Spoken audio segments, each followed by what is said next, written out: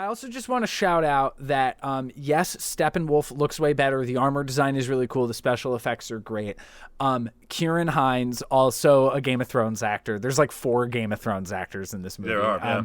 He was Mance Rayder in Game of Thrones. He was also Julius Caesar on Rome, because that show is amazing. And he has this line delivery right when he shows up. Sorry, I wrote it down. I'm looking for it. It's okay. This is important.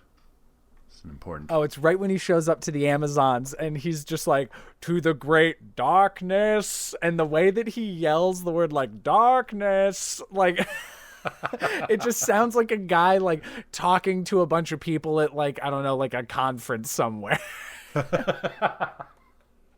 And it's so funny, but it just gives this weird, to me, that was like more personality than I got out of his character, like in the whole other thing. I don't know. Yeah, it's funny I how think it's funny. I kind of actually, I've always been with Steppenwolf. I like his story in this movie.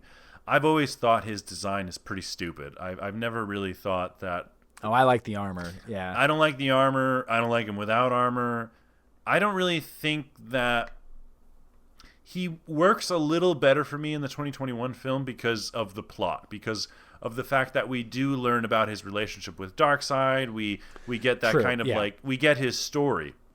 I feel bad saying it. You get more sense of his desires. Yeah. Yeah. I feel bad saying this because I do like Ciarán Hinds. I love him in the show Rome. Kieran Hines? Kieran Hines. Kieran Hines. I apologize. I do. That's fine. Yeah. I do quite like Kieran Hines. I still remember the first movie I ever saw him in, a Ben Affleck movie as well. He plays, I think, like, I want to say the president of Russia in The Sum of All Fears, which is a pretty fucking solid movie. I kind of like The Sum of All Fears. Yeah. But that's a solid movie that also has was made before 9/11 and has a nuclear bomb going off like on American soil, and people were not ready to watch it when it was released. I saw that in theaters and I was like, this movie's badass. Because it's Tom Clancy and I want some. But he shows up in a lot of things. He's in First Man, which I don't love, but he's just sort of like, I think he plays like I don't remember who he plays in that, but he plays like a historical character in that.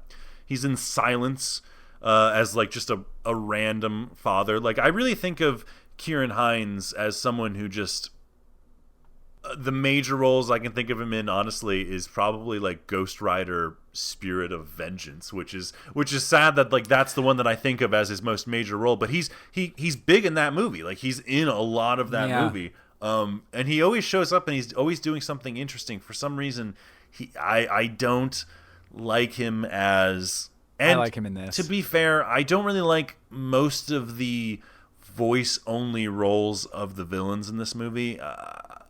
I think that somehow I don't really have an opinion on the other two. Somehow, I can't think of his name. Who is the voice? Oh my God, this is terrible.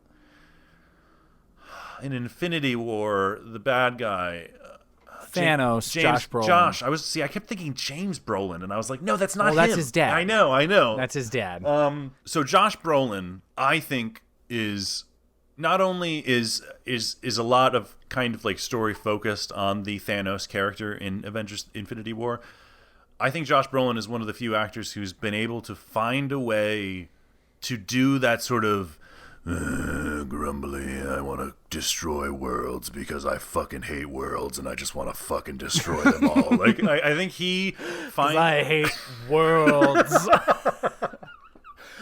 I mean, there's literally a line where, like, Darkseid's like, I've destroyed 100,000 worlds. Not 101, 100,000 worlds. But I think Josh Brolin is the one actor who found a way to give that performance, and somehow he added an emotional depth to it. There was something underneath it that was pain, that was suffering. And I don't think that very many people are able to do it when they're doing these kind of like these voiceover roles, and I don't really feel like the animation is giving him it's not helping Kieran Hines at all, because whenever I look at the eyes of Steppenwolf, it just looks like a Pixar character to me. Like, it just looks like a very soft, kind of like mushy thing. And for some reason, like, I think that they're able to make Steppenwolf feel real when he's like in a real environment, when he's like stepping through like a doorway and you see his size and stuff like that.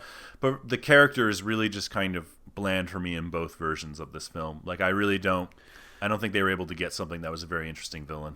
Yeah, I feel like there's a bit of a ceiling on how good villains like that can be. Just like a big alien man looking to destroy a planet. And I think you're right that like maybe Thanos did successfully kind of break through that ceiling, kind of like to play the burdened with glorious purpose while still feeling the exhaustion of the burden.